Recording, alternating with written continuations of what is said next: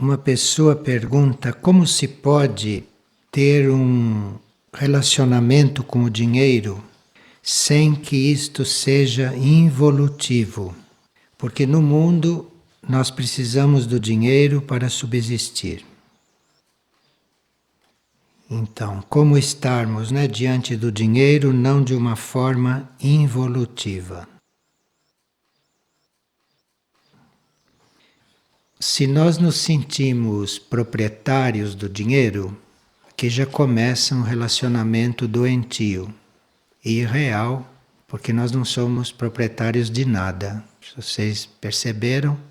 Quando vocês pensam que são donos de alguma coisa, perdem aquilo para que aprendam que as coisas não são de nenhum de nós, mas as coisas estão aí para serem usadas, para evoluírem, para conviverem conosco, enfim, dentro de um plano maior. Se nós nos sentirmos donos do dinheiro, ou se nós estamos buscando dinheiro, se nós estamos interessados em dinheiro, tudo isso dá um relacionamento doentio e desequilibrado com o dinheiro. O dinheiro é algo que circula como um elemento de permuta.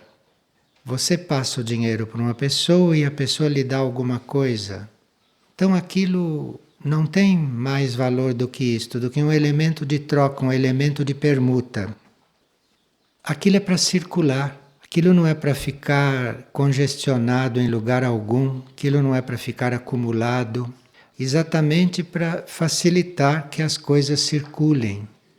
Mas é diferente você ter o dinheiro como um elemento de poder ou você ter o dinheiro como um instrumento para trocar por alguma coisa. Isto muda completamente o valor do dinheiro para nós e muda completamente o nosso relacionamento com isto. Se vocês têm o dinheiro como uma coisa que é para circular, uma coisa que é para servir a todos e servir a tudo, então quando o dinheiro passar por você, você veja se o está usando bem, se não está desperdiçando, se não está usando para algo que não é evolutivo. Então precisa ver o que faz com esse material de circulação, como usa este material de circulação, com toda a consciência. Mas o princípio é que isto deve circular, isto não deve ficar estagnado. E se isto é considerado assim, o nosso relacionamento com isto muda. E isto começa a atuar diferentemente sobre nós. Isto começa a circular diferente na nossa vida. Mas precisa fazer essa experiência. O dinheiro não é o principal. O principal é aquilo que você precisa. O dinheiro é para favorecer. Você, quando tem dinheiro para dar para alguma coisa e para obter aquilo, é porque você já deu algo para alguém. Senão você não poderia ter o dinheiro. Como você não pode trocar aquilo que você deu por aquilo que você precisa, que seria o mais simples, não pode fazer isto, porque às vezes você dá uma coisa que não é material. E aí, em troca disso, a lei do equilíbrio te dá uma coisa material. E você aqui não pode trocar uma coisa pela outra, porque são duas coisas de níveis diferentes. Então precisa o dinheiro para representar aquilo que você já deu. Então o dinheiro que vem parar nas suas mãos é um dinheiro que corresponde àquilo que você já deu. Então você não está ficando rico, aquilo está substituindo uma coisa que você já deu para você obter outra. Tem que ter este equilíbrio presente e ter o dinheiro como este fator de equilíbrio, coisa que não é para a maioria das pessoas. E ter a intenção de ter isto como equilíbrio. E aí, segundo o nosso pensamento, segundo o nosso sentimento, segundo a nossa prática de lidar com isto, as coisas vão acontecendo com o dinheiro. E aí vocês vão observando. Agora, para fazer essas experiências, precisa que a gente não dê ao dinheiro um valor que todo mundo dá.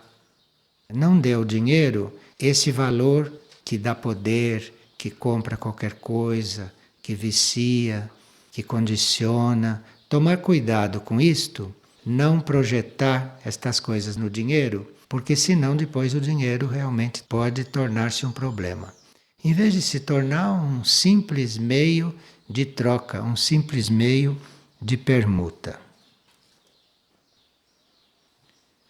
E aqui outra pessoa diz que não consegue mais viver uma vida normal trabalhando por dinheiro. Então, quem trabalha por dinheiro vai fazer certas experiências, né? Vai achar que não está sendo bem pago, vai achar que está faltando alguma coisa. Enfim, vai entrar por um caminho que não tem mais nada a ver com o trabalho.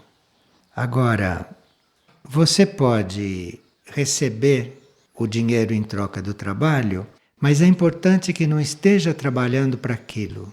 Você está trabalhando pelo trabalho. Você está fazendo o que tem que fazer. Depois, se aquilo atrai dinheiro, você não coligue as duas coisas. Você não está trabalhando por dinheiro. Porque se você for trabalhar por dinheiro, você fica escravo do dinheiro.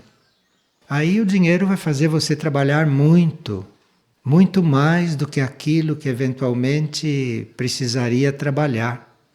Então, é preciso tranquilidade com respeito a este tema e precisa ver qual é o valor que nós damos a isso. O que nós pensamos disso?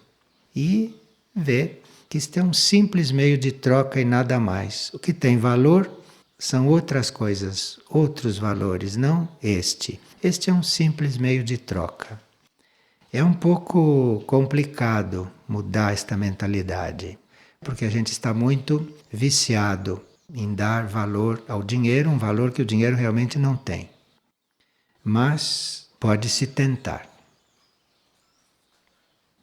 Aqui uma pessoa diz que é a primeira vez que ela vem a este local e tem a sensação que já o conhece há muito tempo e que também conhece há muito tempo as pessoas que ela encontrou aqui, que tudo é muito familiar.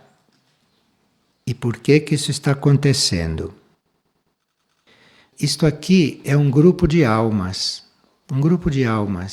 que estão no plano das almas. E você, evidentemente, é desse grupo. Aqui no plano físico é que você chegou agora, mas você participa do grupo de almas que é isto aqui. Isto aqui não são só pessoas físicas e gente aqui embaixo encarnada. Isto é principalmente um grupo de almas. E se você faz parte deste grupo, você pode estar aqui fisicamente o tempo todo ou não, pode nunca chegar aqui fisicamente, pode estar chegando agora. Isto não é o mais importante. Se você chegou aqui e sentiu tudo familiar, tudo conhecido, é porque a sua alma faz parte deste grupo. Agora, muitas vezes, os nossos corpos internos, nossos corpos sutis, nosso corpo astral ou nosso corpo mental, se desloca nos níveis sutis e chega aqui também, antes de nós chegarmos fisicamente, como aconteceu com esta pessoa. Ela diz: 2 meses antes de chegar à Figueira, eu sonhei que me encontrava neste lugar, em companhia destas pessoas. 2 meses antes, ela já tinha sonhado que estava aqui e já tinha visto tudo isto. Então, o corpo astral dela veio 2 meses antes dela. Chegou aqui, esteve aqui e ela chegou 2 meses depois, com o corpo físico. Às vezes, para tomar contato com uma energia destas, nós precisamos que um corpo interno venha antes, porque pode haver um corpo interno nosso que precise se adaptar um pouco, então ele vem antes. E pode ser que venham todos juntos e todos ao mesmo tempo. Isto é uma questão do indivíduo, questão do estado em que o indivíduo se encontra e como os corpos dele estão empenhados nesta tarefa. E uma pessoa diz: existem os chamados e existem os escolhidos. E se os escolhidos serão arrebatados ou se ficarão aqui para auxiliar a Terra? Então, muitos são chamados, a maioria recebe o chamado, mas muito poucos respondem. E aqueles que respondem ao chamado são considerados os escolhidos. Não é que a gente seja escolhido por alguma consciência maior. Nós somos chamados de escolhidos porque respondemos ao chamado. E aqueles que são chamados são muitos. E aqueles que são escolhidos, isto é, aqueles que respondem ao chamado, são pouquíssimos. São muito poucos. Esses que respondem ao chamado, tanto podem ser arrebatados, resgatados. Resgatados quer dizer levados para um outro plano, levados para outras dimensões, ou mudarem de nível de consciência, conforme o caso. Ou poderão ficar no plano em questão, ajudando e auxiliando a humanidade, conforme o indivíduo. Ele tanto pode ser arrebatado, levado para um outro sistema de vida, como ele pode, depois de ter sido escolhido, depois de ter respondido ao chamado, se dedicar àquele plano, àquele nível aonde ele se encontra, porque aí ele tem mais condições para ajudar os seus semelhantes. E aqui uma pessoa diz que Alice Bailey deu uma grande contribuição no campo dos ensinamentos, e isto aconteceu através da presença dos mestres que se comunicavam com ela. E esta pessoa pergunta se esses mestres evoluíram e se essas hierarquias que se comunicavam com ela assumiram outro papel. Onde estão essas hierarquias? O que é chamado de mestre, e que é um nome muito inadequado, porque nenhum grande espírito quer ser chamado de mestre, mas aqui na Terra deram um nome de mestre para estas coisas. Então, o que é chamado de mestre é uma consciência que já pode atuar livremente e completamente nos níveis além do mental. Então, se nós temos uma possibilidade de atuar livremente, de servir livremente, de evoluir conscientemente além do mental, no nível intuitivo, no nível espiritual, no nível divino, então isso é um mestre. Quem atua conscientemente nesses níveis superiores tem poder para controlar os mundos materiais. Agora, controlar os mundos materiais não quer dizer que o mestre faça o que ele quer com os mundos materiais. Controlar os mundos materiais quer dizer conseguir colaborar, conseguir manejar as forças para que os mundos materiais tenham o seu desenvolvimento, a sua evolução conforme um plano. Então, essas consciências que atuam livremente nos planos superiores são os mestres. Essas consciências, no tempo que Alice Bailey escrevia esses livros, essas consciências atuavam no plano mental. Estavam num nível superior, mas atuavam num plano mental e atuavam no plano físico, até se materializando. Então, o mestre que ditou os livros para Alice Bailey até se materializava, e ele usou o plano mental para ditar os livros para ela. Toda essa hierarquia que trabalhava conosco no plano mental e que até se materializava aqui no plano físico, toda essa hierarquia se elevou, essa hierarquia evoluiu. E hoje, esses mestres, isto que é chamado de mestre, não está mais atuando conosco através do plano mental e nem se materializando aqui, como aconteceu na época de Alice Bailey. Esses mestres hoje se elevaram, essa hierarquia se elevou e estão atuando no plano das nossas mônadas. Então, se havia um mestre ditando telepaticamente livros para Alice Bailey, isto hoje não se daria mais, porque os mestres não trabalham mais em nível mental. Os mestres não trabalham mais em nível telepático mental. Então, hoje não seria mais possível acontecer isto, a não ser que aconteça com outro tipo de consciência. Mas não, aquele mesmo fato hoje não poderia mais se repetir. Porque quem era mestre naquele tempo e ditava os livros telepaticamente, hoje está num plano muito mais elevado e está nos atingindo e está fazendo contato conosco não mais no mental, no plano da mônada, nas nossas mônadas. É lá que os mestres estão conosco, é lá que os mestres estão agindo. Por isso que no passado se encontrava mestres, se sonhava com mestres, se tinha relação mental com mestres, e isto era muito conhecido.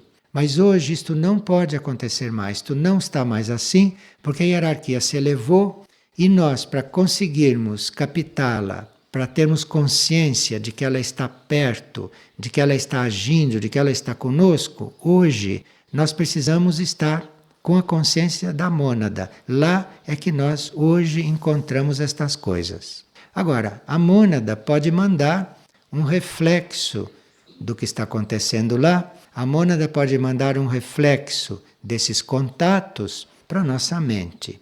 Mas o contato não está se dando na mente, porque nenhuma hierarquia está trabalhando telepaticamente com a nossa mente mais. Está trabalhando com a mônada. E todo o conhecimento que nós podemos receber disto deve vir através da mônada. E esta mesma pessoa pergunta qual é a melhor disciplina para estarmos ligados com o nosso eu superior. É pensar nele e desejar muito profundamente ser guiado.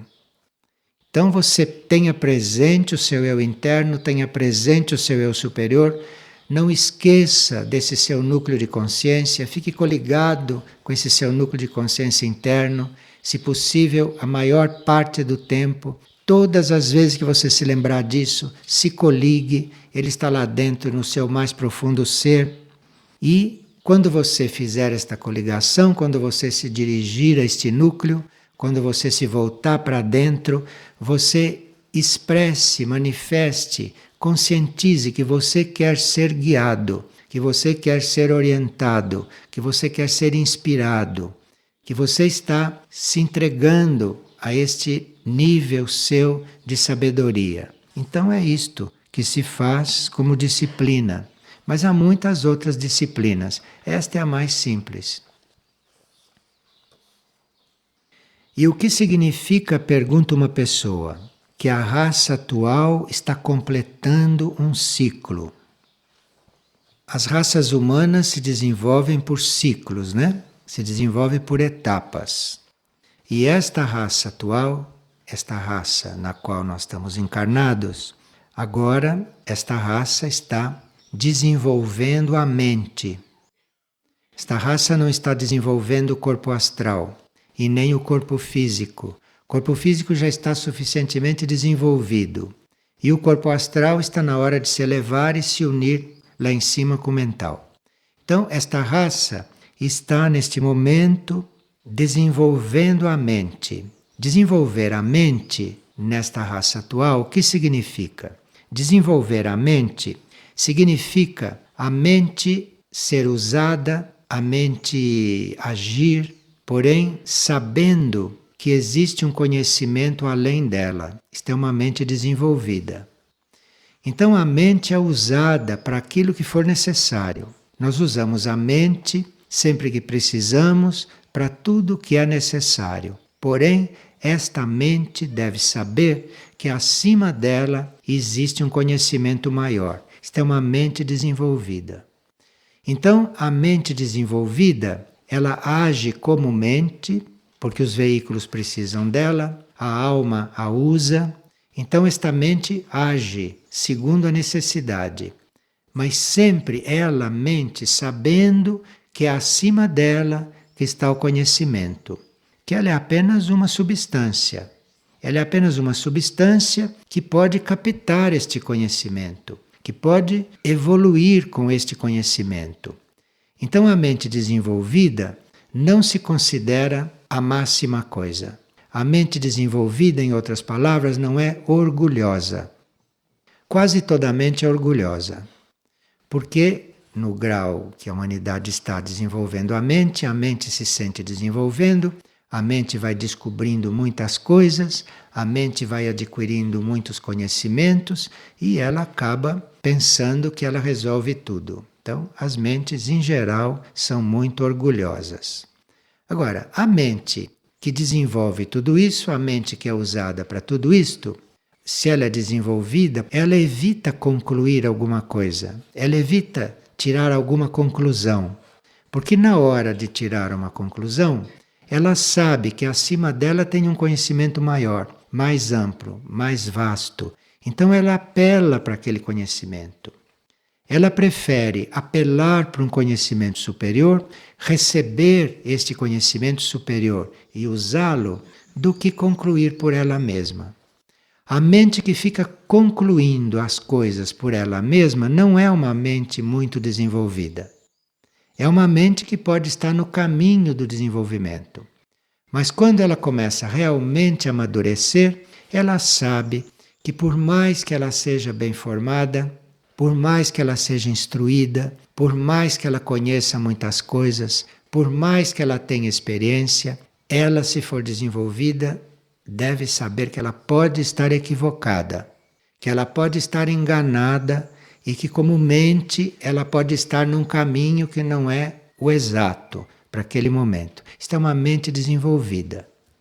Então, se uma mente desenvolvida precisa comparecer numa situação para resolver alguma coisa, ela pode até resolver como mente desenvolvida, mas ela está sempre buscando uma solução mais acima.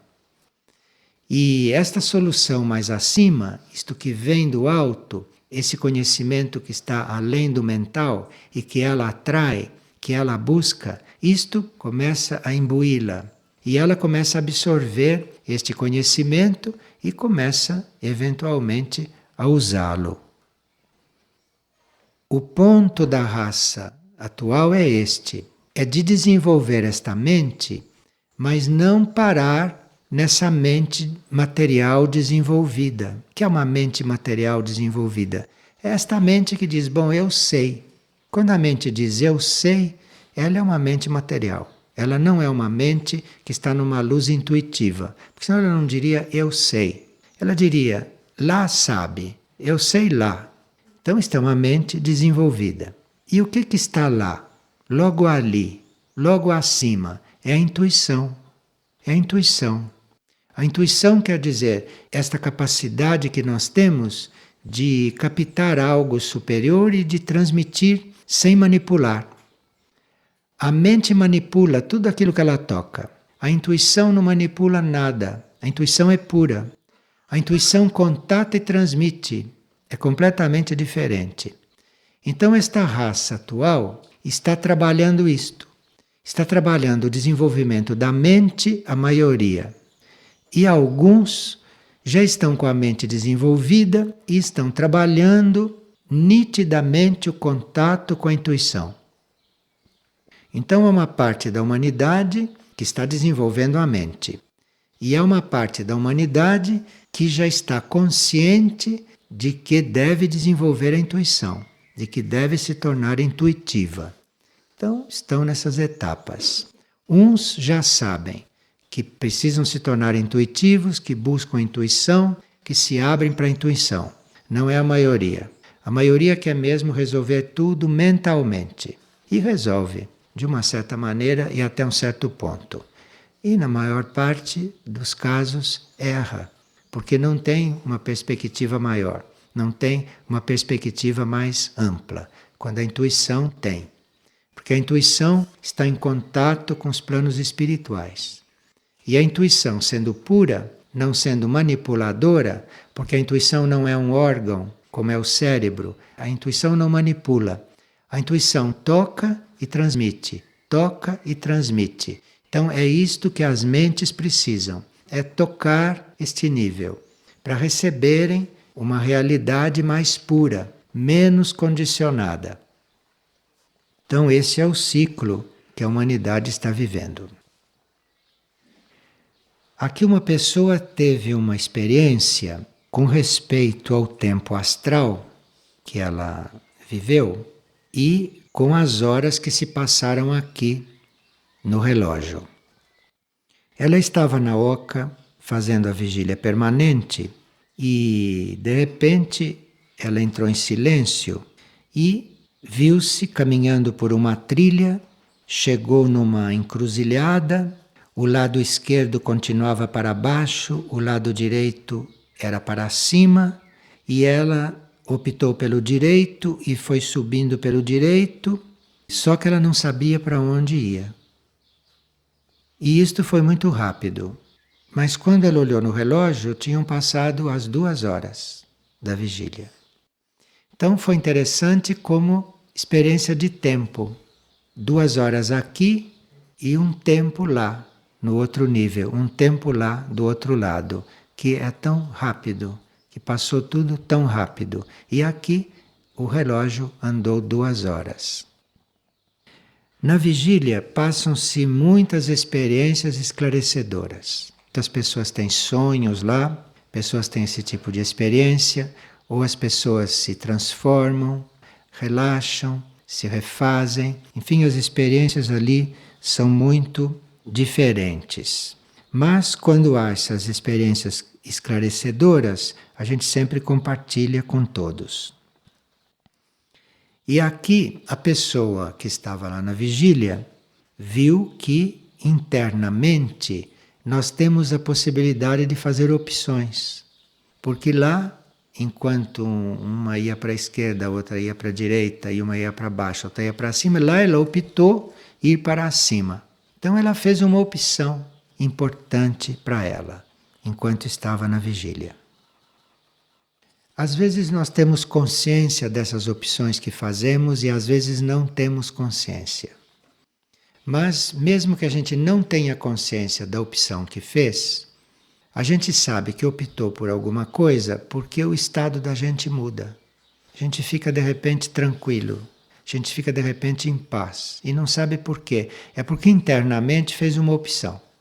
Fez uma opção mesmo, como esta aqui fez uma opção enquanto estava ali. E uma pessoa diz que veio aqui para passar um curto período porque ela aspirava muitas mudanças no seu interior. E ela pensou que havia se transformado quando foi alertada por alguém daqui que ela não havia se transformado, que ela tinha era se adaptado. Aí ela ficou um pouco confusa. Então eu não me transformei, eu me adaptei aqui. É muito fácil, né, dizer para uma pessoa, você não se transformou, você se adaptou. Precisa ver se esta pessoa sabe o que estava dizendo, em primeiro lugar. Porque a gente pode falar e não saber o que está dizendo. Para a gente se transformar, independentemente do que lhe foi dito, que pode ser bobagem, independentemente disto, se a gente quer se transformar realmente, não pode ter pressa. Essas transformações rápidas, essas coisas muito rápidas, isto às vezes não são verdadeiras, são superficiais, são da personalidade. A transformação tem que se aprofundar. A transformação, se o trabalho começa de fora para dentro, aquilo tem que descer vários níveis antes de se estar realmente transformado. Ou se vem de dentro, também tem que chegar na superfície para a gente sentir que houve uma transformação. Isto é muito gradual e a gente não pode ter pressa com essas coisas. Se esta pessoa chegou aqui e se adaptou, isto já pode ser parte da transformação dela. Isto já pode ser parte do caminho que ela tem que percorrer. Como é que ela vai chegar e se transformar? Impossível. A matéria é lenta. A mente é a menos lenta, mas tem muito condicionamento. O astral também é menos lento, mas também tem os seus condicionamentos. O físico é lento, este é lento mesmo. Então, você não pode ter pressa nesse processo de transformação. Se você já se adaptou, isto já está nesse caminho, isto já está, de uma certa forma, acontecendo. Agora, a transformação vem com o tempo e também através das provas. Porque os nossos corpos, a nossa mente, a nossa consciência está condicionada a várias coisas.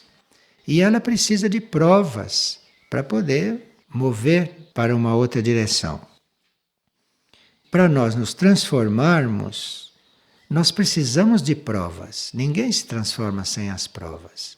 Provas quer dizer a sua consciência ou os seus corpos serem colocados numa situação que para eles não é habitual. Então ali estão sendo provados em certas situações, em certas experiências, estão sendo postos à prova para ver como reagem, como decidem, como compreendem. Então nós vamos nos transformando através das provas. Então, quando a gente passa por muitas provas, é sinal que a gente foi escolhido para se transformar rapidamente. Quanto mais dura é a prova, maior é a oportunidade de transformação. Depende como você está diante desta prova. Então você pode estar diante de uma prova, reconhecidamente uma prova, e pode reagir. Aí você vai se transformar menos. Agora, se você está na prova, e se você vive a prova conscientemente, como elemento de transformação para você, você vai muito rápido. Aí a transformação é mais rápida. E isto é através de provas. E as provas não somos nós que escolhemos conscientemente. Quem escolhe as nossas provas são os nossos núcleos internos. Então, geralmente, as nossas provas são quase sempre incômodas, porque não foram escolhidas pela nossa consciência externa. As provas foram escolhidas pelos nossos núcleos internos, pelos nossos níveis profundos. Então, uma prova não pode ser uma coisa cômoda, não pode ser uma coisa que a personalidade acha agradável, boa. Prova é um elemento de transformação. Então, a prova está levando os veículos, está levando a matéria a uma mudança. Então, ninguém vai escolher isto. Se a gente fosse escolher, ia escolher as provas agradáveis, se é que isto existe. Mas então não somos nós que escolhemos estas provas. E a transformação vem exatamente através delas. Quando você sai de uma prova, você está outra coisa. Se a prova realmente cumpriu o seu papel, se você acompanhou aquilo, se você seguiu aquilo, se você assimilou aquilo, se você aceitou aquilo, quando ela termina é porque você não precisa mais e você já está num outro ponto. Você já está num outro estágio. As provas não vêm todas juntas. E as provas também não vêm muito em seguida uma a outra, porque os corpos, a mente principalmente, precisa de um certo repouso, precisa de se reencontrar, precisa de assimilar.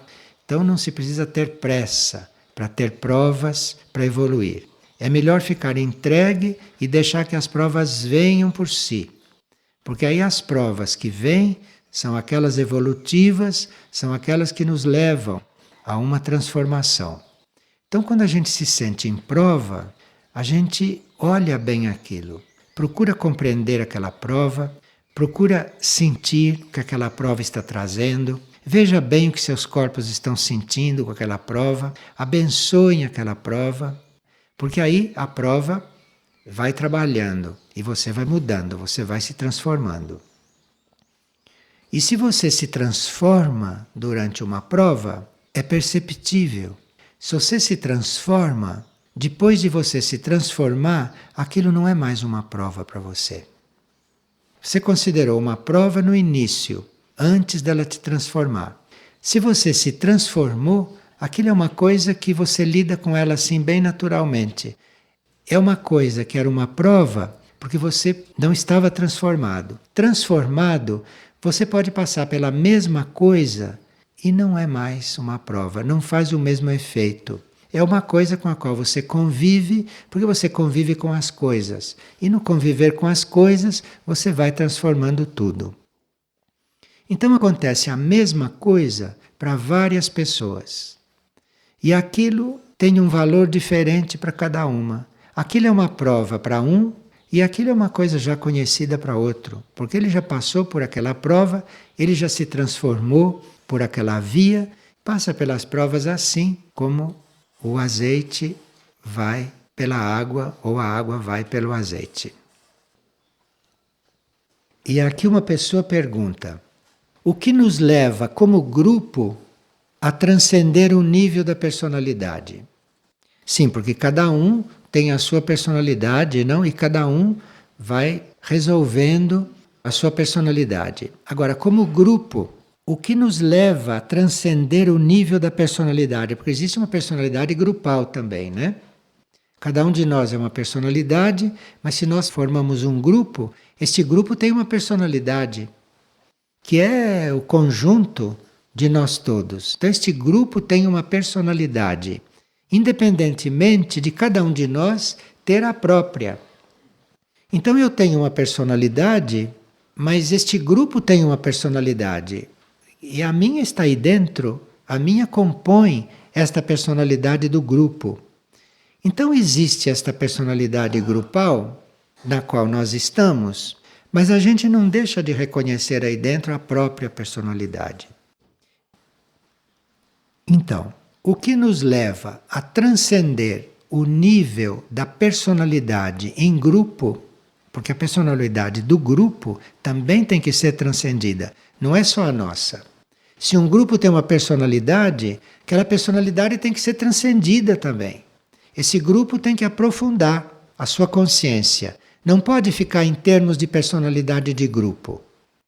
Mas este grupo tem que transcender esta personalidade, como os seres individuais.